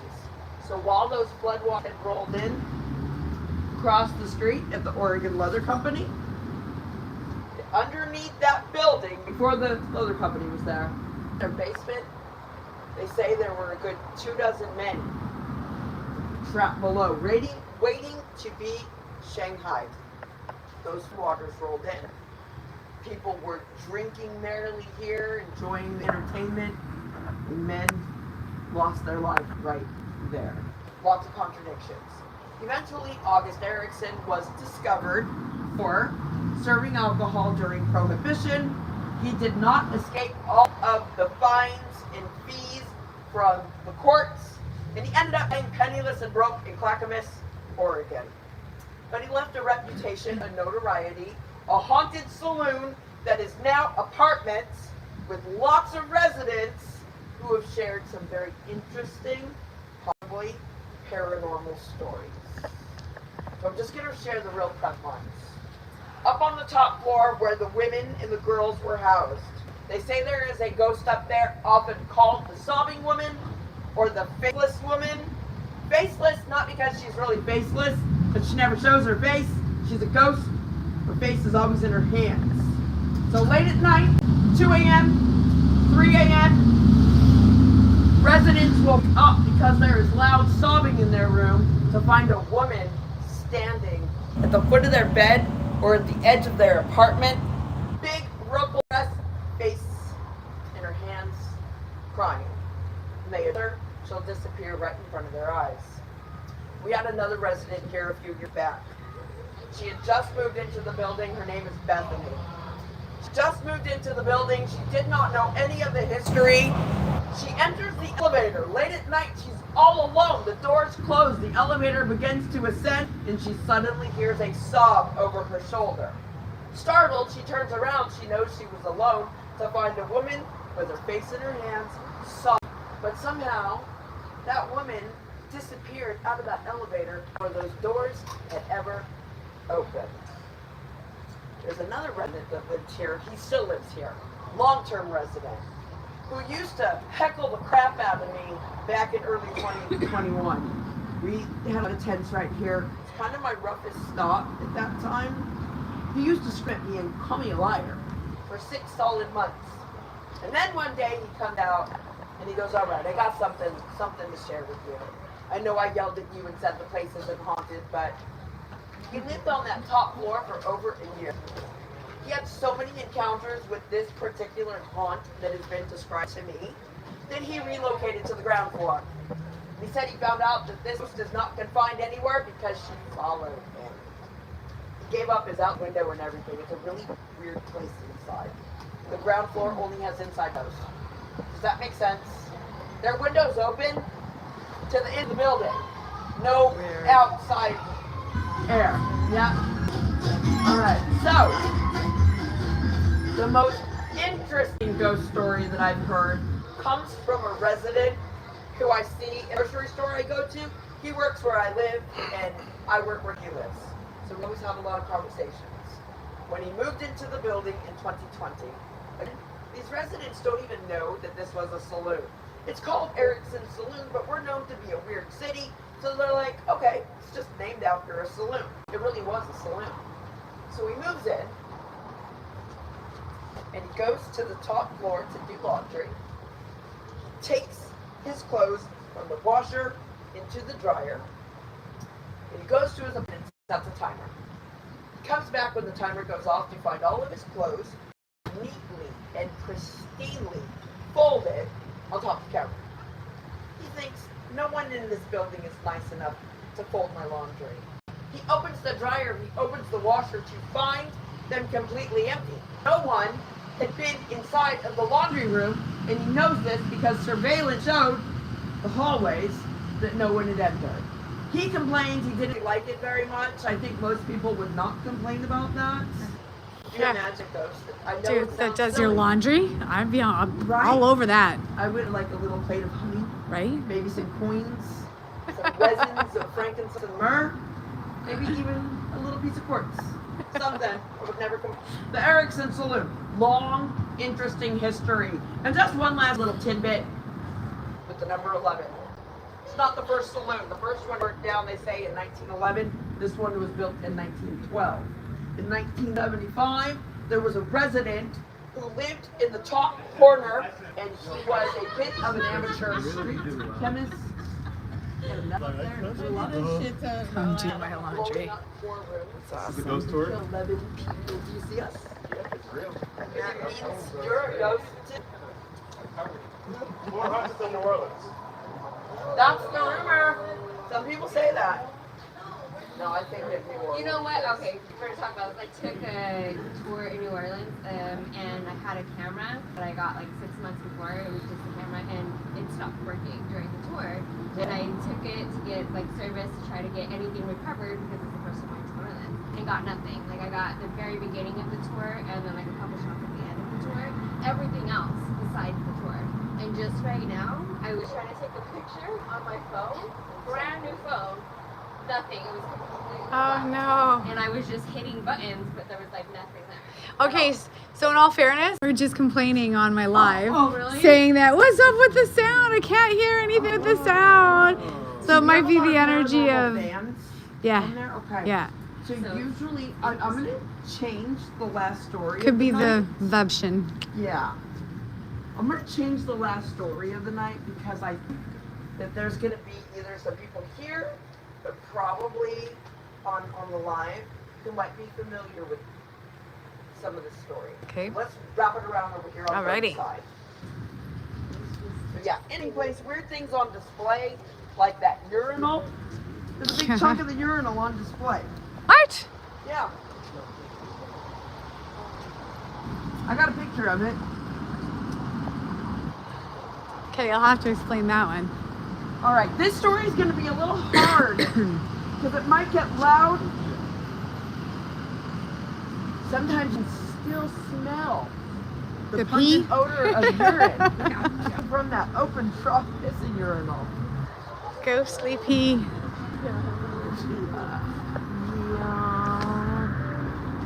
I really wanted to. We're going to do this story. One of the last times I did a story, I had the pepper gel somewhere. Oh no. It's happened only twice. Yeah. But you know, I do a lot of. Hi, how are you tonight? Good, how are you? I'm good.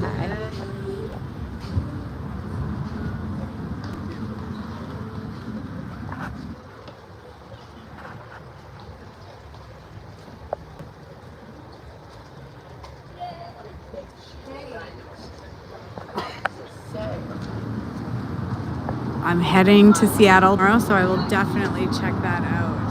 They changed the address here, so that's interesting. Let me light smoke real quick. This is going to be the grand finale of the night. So this is going to be our final story.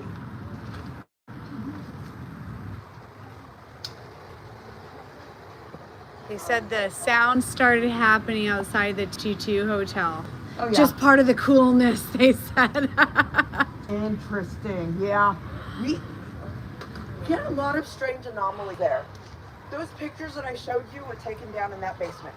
Oh, very cool. Interesting. Okay. Got one. I got a picture I got to show you. Okay, so I have not this particular story since Halloween of 2023. But it probably lives in my memory. So, in 2001, this was a furniture refinishing shop owned by a gentleman named Kevin Mannon. So you can see the archway. Yeah. See him here? You see that they changed the address? It used to be 221. That's right. Power of numbers. Okay?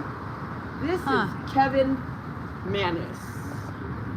Now, Kevin Mannis liked to sell a lot of peculiar, one-of-a-kind type items. So he would frequent his sales, purchasing the goods left by the dearly departed. In 2001, they say he went to a local estate sale and purchased a whole section of goods.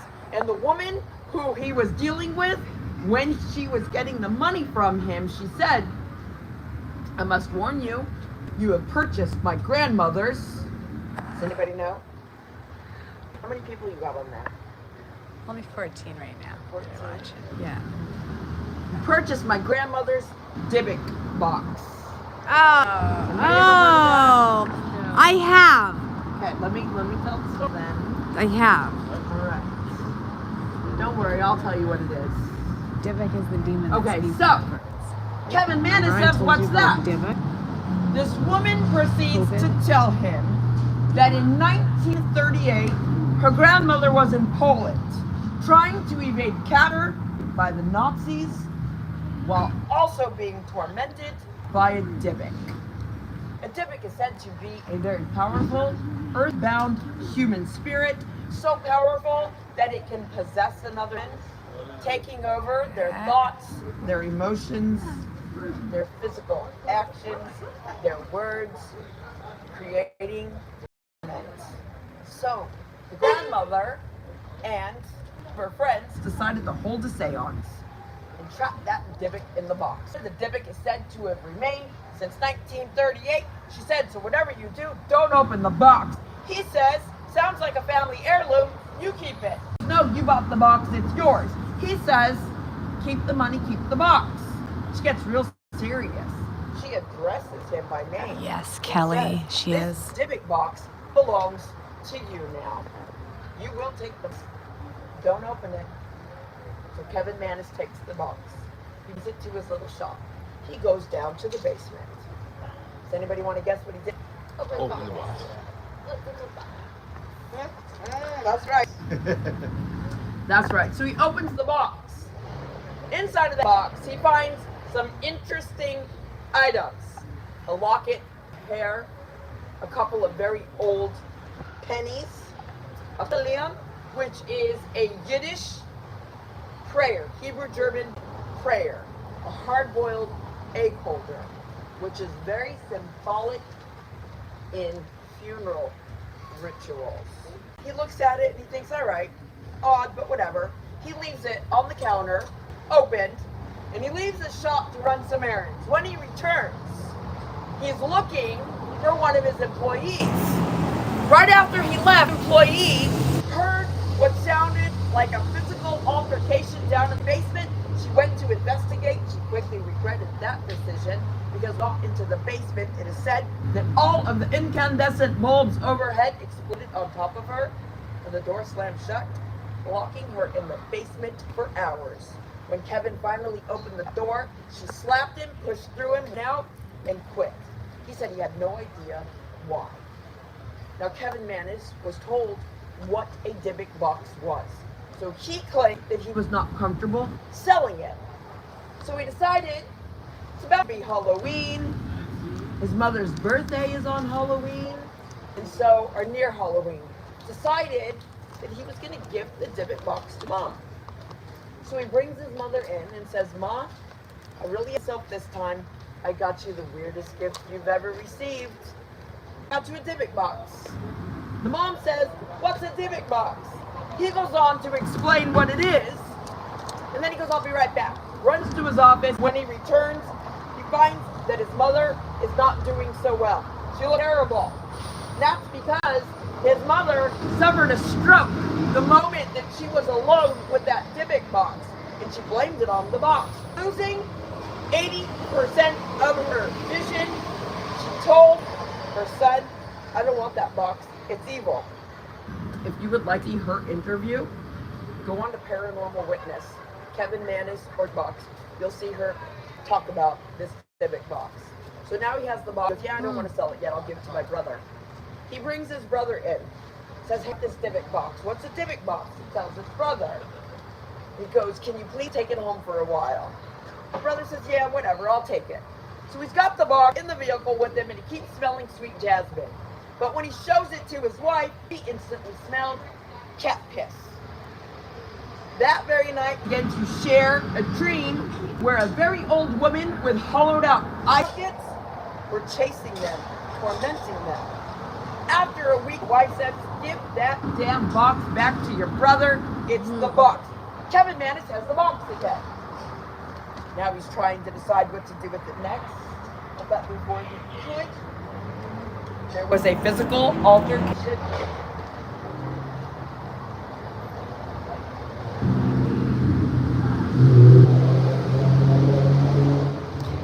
Is that magic? What kind of magic is that? Not good magic. Shoes? Dybbuk shoes? Dybbuk shoes. Weird stuff happens out here, right? We had this guy who would roll through here on a bike. An electric bike with a baby carriage behind it with a 10 ruck spin strap to it. Oh, God. But it looked like a child as he did 45 through here. Now the people that are like, oh my God, you see that guy with that toddler? It's a Teddy ruck spin. Yeah, weird stuff. That's weird. That is weird. All right. Okay, so there was an altercation in his shop. Kevin employed a guy from the streets that went by Shorty. Shorty's brother had just done a 10-year stint in the feds. He was released. He came looking for his brother, came into the shop. They tried to kick him. There was a fist fight, and Shorty's brother knocked the box over onto the ground. It fell open. Everyone stopped and said, oh my God, do you know what you've done? He said, I don't care. They said, well, you're gonna care because you just dropped open the Dybbuk box. And they said, you cursed yourself. He says he doesn't care. He leaves the shop. Less than 20 hours later, he was found with a belt around his... He was dead at the top of the Burnside Bridge. A few months later, Shorty took a walk off of the top of a parking structure. He's also dead. Now, Kevin claims that there's been countless terrible, tragic anomalies all attached to this box. In 2003, he decides he's gonna sell it on eBay. So he puts up a whole story, a whole description. People begin to bid on the box. Finally, someone wins this auction. They get the box, and from that moment, that Dybbuk box took on a huge, sensational life of its own, with many people claiming that their lives, health, relationship, finances, careers, all have been utterly destroyed because they have been cursed by this Dybbuk box. I think it was 2012, there was a movie made about this box called The Possession. Anybody see that?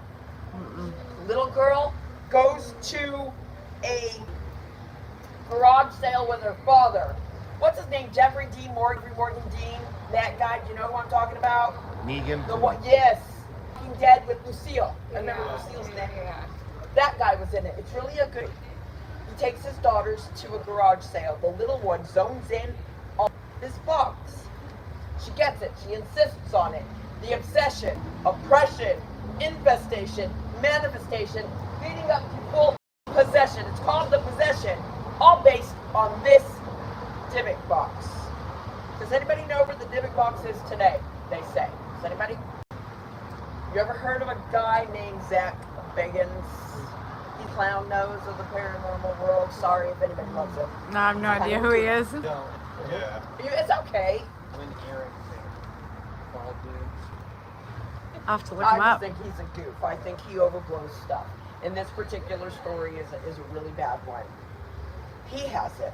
Not only does he have it in his haunted museum in Las Vegas, but it's part of the Deadly Four. Said to be the 4 most haunted and cursed items in the world, right?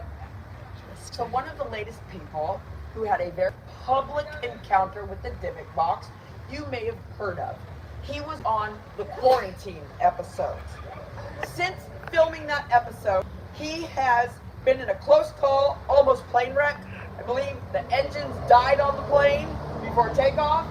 He was then in a physical wreck. He then took a real nasty spill on stage, breaking 3 ribs. Some people say he's now suffering or dealing with an unsubstantiated drug problem. Talking to Post Malone. Any fans of Post Malone? A lot of people say he cursed himself with this particular Dybbuk box. Interesting. But this is where it gets real interesting. So Kevin Mannis is a bit of looting type. He loves doing interviews. He's done more interviews than we could possibly watch or count. But just a few years ago, he did an interview with a skeptic who was well researched. And he asked Kevin a bunch of questions. Kevin couldn't really answer them. And finally, this interviewer said, you know what, Kevin? The world only wants to know thing.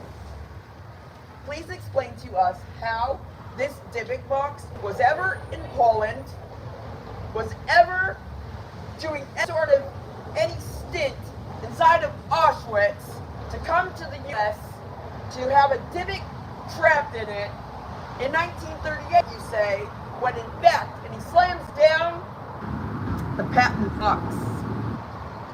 It wasn't even made until the late 1950s, 1956, if I'm not mistaken. In that moment, Mannis threw his hands up, and he admitted that it was a hoax. He made the entire story up. He took the lore of the pre-Islamic day, the genie in the bottle, if you will, and blended it with the lore of the Dybbuk, which is well written about in certain Judaic practices. I'm of Sephardic descent. We don't have Dybbuks. That's why I was so interested in this story. I kind of called BS on day one. So he puts out a notice to the world and says, if anyone can prove of a Dybbuk box ever existing before 2003, when I sold my story on eBay, he goes, I will tattoo your name on my forehead. I will pay you $100,000 cash. Because if you go online onto YouTube, you will find these people buying Dybbuk boxes, opening them up on lives, and it smells like crap and vomit and eggs, and there's weird items like hair and coins and prayers, all this weird stuff. He says You can read his announcement that he is the rightful creator of the story, and it was never anything more than a story. The story is fake. The story is a hoax. However, all of those terrible tragedies that I shared that are all connected or affiliated with this box, they are all 100% true.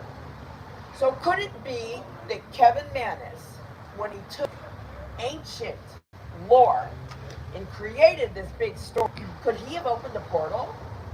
Could he, unbeknownst to what he was saying, curse that box himself? Or is it possible that the power of manifestation, if you believe something, you wholeheartedly believe something, you breathe life into your worst fears, your worst nightmares, they can manifest them into a very real physical reality. Maybe it's one or the other, maybe it's a bit of both, whatever it is. If you look into it, it is the most sensational paranormal story possibly ever in the history of sensational paranormal stories. And the world owes it all to Portland, Oregon's very own lying local legend, Kevin Mannis. Wow. And if you're curious about what happened to Kevin, I found out last summer. So Kevin Mannis is Portland, Oregon, born and raised here. Last summer, his ex-fiance ended up on my tour. She was shocked when I said name. She's like, let me see that picture. She looks, she goes, you're not going to believe this. She put up messages from the two of them, right? Over years. They were together 1973, 1984, something like that. This guy lost everything. He had money. He has none now. His family will have nothing to do with him. He lives in a trailer, I want to say in Oklahoma, not even in a park. No running water half the time. No power half the time. So maybe he did more than contribute to people with terrible curses, maybe. Maybe he cursed himself. But the story of the Dybbuk box all came out of here in 2003 by Kevin Mannis. Interesting. So you're the only who's ever heard of the Dybbuk box? Yeah, I've heard of the Dybbuk demon. Yeah. And it's a Jewish entity that actually speaks backwards, and an entity that they would bring in. Do you remember back in like the 80s when they would embed backwards messages? Oh, yeah, absolutely. Right? Of course. Yeah. That was all it's on the still a same thing. vibration. It is. But that particular Like demon Stairway to Heaven, would talking speak about backwards, totally backwards. And if you think about backwards is anti-life. Forwards is Right. life, anti-life, right? Yeah. So I think it's got to do more with vibrations and dimensions and frequency. Yeah. Than I don't doubt that those things but I think exist. Yeah. That his story of trafficking Yeah. in a box. I don't know about that. I think I heard about it after I heard about the Dybbuk demon. I heard about the Dybbuk box. The lore but of I the don't Dybbuk know goes enough back. about it. Yeah. Way back. There's passages in the Kabbalah saying that human spirits of those that have passed on can basically enter another human body during a time of need or a turmoil. When people say, I just haven't felt like myself lately, and a lot of times it's because you're not by yourself.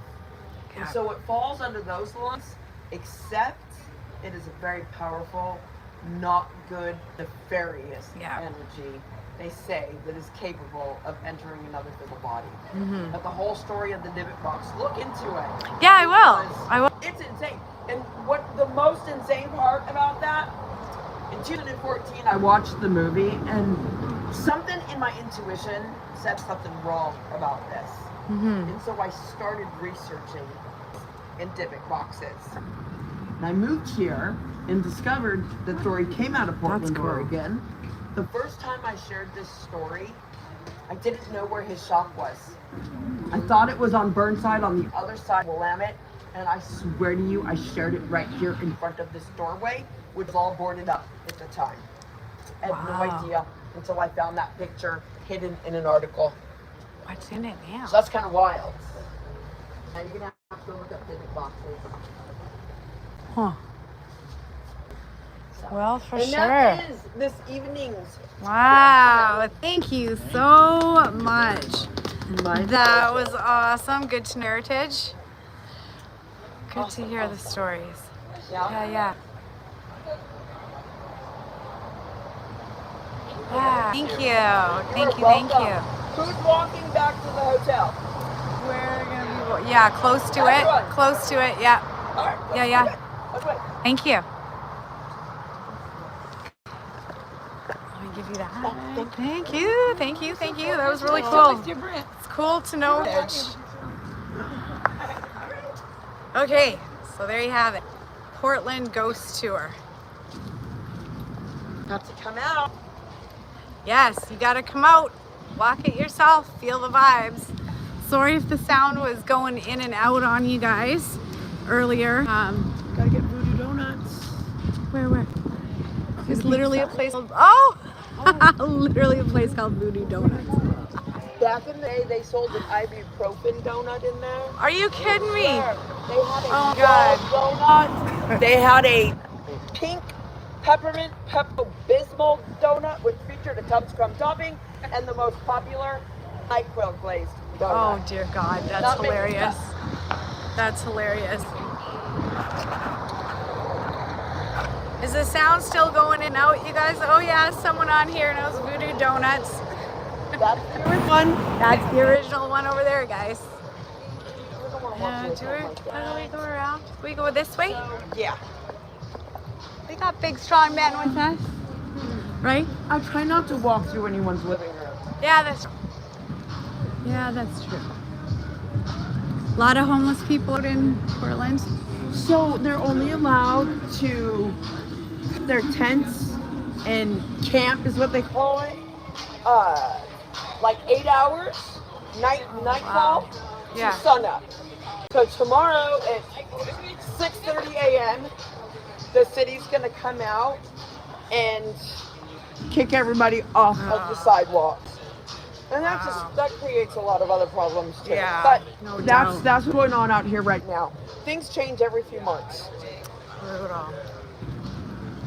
Let's see where we are. It is a beautiful city. It really is. Okay. Good. You guys can hear me on here? Hear me and see me? How far are we away from the beginning? Watch How out, far watch are we? your step. How far are we from a bathroom? Oh, you need to use the bathroom? Yeah. I really recommend getting to That's the okay. I Harlow. can to the Harlow. Yeah, where we're going. Oh, we right can. now, most You of got the the places key? are watch your steps. Yeah. Ew. I am sorry that we are watch your steps. Oh, it's a good thing I'm wearing closed-toed shoes. Smart. Yeah. That was really cool seeing a rat. You are not wearing closed toe. Yeah, friends, don't you know better? We did a tour in Vancouver, BC, and that was bad. We were like, oh, the landmines were the needles. Literally used needles everywhere. And we were in flip-flops. It was Ours just are like, cleaned up every I day. wish they would have said to people, you might want to wear closed toes Yeah. because, you know, the ghost tourism can make you a ghost. Yeah. Right? Okay, what you guys saying on here?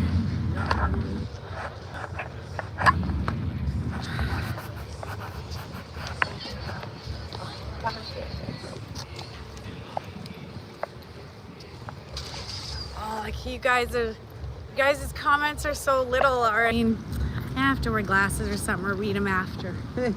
Read your comments because the roads are and I know I'm gonna fall on my face live Right. on YouTube, and no. You read them? I can't read and walk on the uneven roads at the same time. I am that person Right. where, yeah, I would crack a tooth. We That'd be need me. subtitles to be bigger because usually those that we might have hurt our eardrums, we probably hurt our eyes too. Bigger subtitles. Bigger No doubt. live messages. They do have that on the phone where you can, in the settings, they do. You do? Yes, and I do have that so on, old. but on, see, now they're doing it in caps so I can read it. Okay. Can you flip the camera view so we can see what's around you? Oh, fine, you don't want to look at me? Fine then. Turn around. There, look. Now you see. That's great. Synchronicity. Oh my God. Sorry. That's fantastic. That was some funny The shit. timing was perfect. This shit happens in Portland when you They're say, like, yeah, Portland's you there. want me to flip the camera around? Mm-hmm. Oh, this was an awesome experience. So on Okay, I'll social do media, that I am after. Alchemistress 75. Alchemistress 75. You guys hear that? We gotta look Whoever her comes up to on. find, Yes. get a hold of me directly. Okay, Alchemist 75. Alchemistress. Alchemistress 75.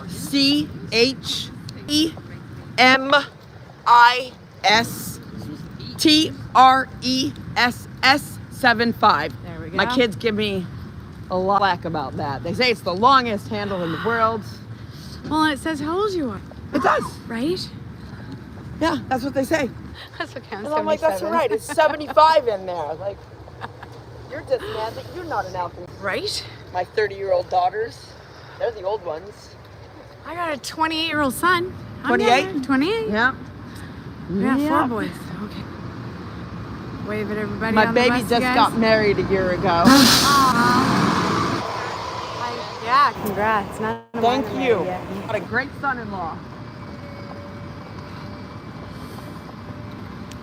So, okay, let's turn right. Going this way. Oh, I should give. This is broken, by the way. Oh, For you sure know what? broken. It Yeah. is the big lighter of the tour. The, Easy, that one? like, everyone gets Yeah, a big but- lighter. Where'd I get this from? I don't even know.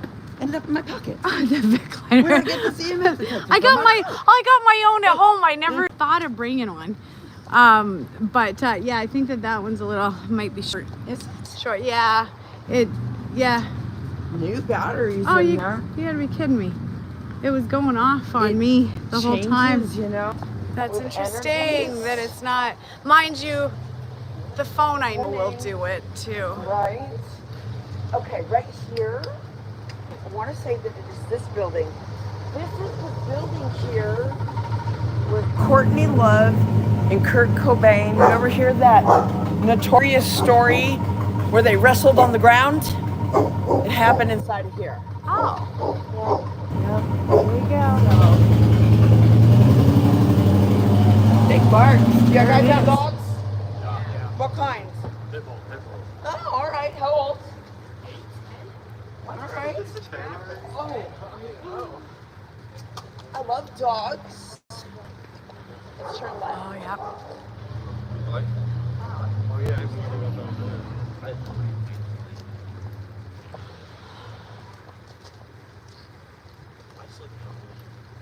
So I'm gonna show you. I have boxers. That's too sweet. That's too sweet. And that's shown up. No. Okay, you guys, you have to admit that really was funny. When you said to turn the camera around, you should press rewind and see what was right in front of me when someone made that comment to switch the camera around. First boxer. I got my first picture in 1979. So there you go. I'll switch the camera Such around. a good, beautiful dog. In 2008, my husband and I Okay, wanted a dog. I don't know who's still online with me here, And I said, but, absolutely, we're pit bulls. And we stumbled across a I box. thank you guys so much for joining me for the last hour and a half on a go tour. They are so Someone had asked if her pictures were real. Yes, but I got better ones, to be honest with you. I got full apparitions oh, I see some action. Oh, there we go. You know, we are a very pet-friendly. Oh, I thought they were gonna put their lights on. I get my girl with I had a female boxer who she was a liability. I had her for 10 years. Where are we going? We're But just I never following. trusted her. Had to arrange my entire life because I couldn't bring her around people. I could bring. Anyways, I got pictures of full-on apparitions as well as, say, EVPs. I love collecting evidence of the paranormal and proving that the impossible is so not impossible. I think that that's part of my job, is to prove that the impossible is possible. Anyways, so this was my nightly ghost walk in Portland, Oregon. We are heading to Seattle tomorrow, not going to the Redwood Forest. It's a little cold down that way, so I really wanted to stay where I could get a tan and be warm, have to wear sweats. So we went back up to Portland and then we're going to Seattle tomorrow. Collecting evidence. You guys are funny. Okay. I guess I should watch where I'm walking. So let you guys go to sleep since it's probably really late. Oh, it's like almost 1:45 in the morning. And let's go here. This way. And Kelly, it's like really late where you are. Oh my God, girl, thank you for staying on my live. I love you, sister. Love you. It's like 4 a.m. So you're a trooper. Okay. You almost turn right. Careful, that's a big curve. I had to really think about which way was right. Yeah. Took me a hot sec. Okay. I will check in with you guys on my next excursion. Yeah. It's almost 4 a.m. in Indiana. Holy cow. Shannon, thank you for staying up with me. I'm glad that you guys had fun. You can take a nap. Oh, you had it before it. Well, thank you for staying up with me. And yeah, this was fun. I love you guys. Okay, I will I'll be checking in with you throughout the vacation. Love you guys. Bye for now.